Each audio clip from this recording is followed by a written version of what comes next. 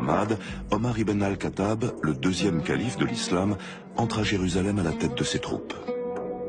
Quand le calife Omar ibn al-Khattab s'est approché de Jérusalem en 636, le patriarche Sophronius a décidé de livrer la cité pacifiquement. L'histoire raconte que le patriarche a accueilli très bien le calife, lui a remis les clés de la cité et que le calife est entré paisiblement et il a fait un pacte historique qu'on appelle en arabe al-Uhd al-Umariya.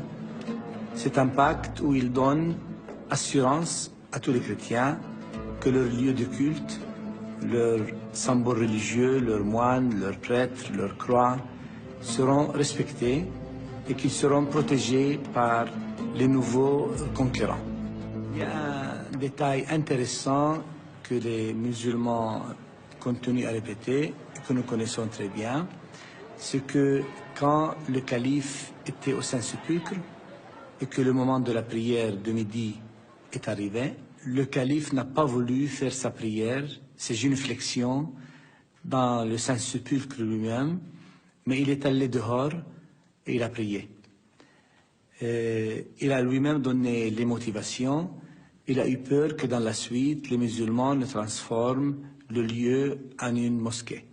Donc, c'est une attitude de respect envers les chrétiens qui est à raconter car vraiment c'est un modèle de comment regarder l'autre, comment respecter le lieu du culte des autres. Voilà, c'est un paradigme, un modèle. Et à côté du Saint-Sépulcre actuellement, il y a une petite mosquée à 100 mètres à peine qui s'appelle la mosquée de Omar.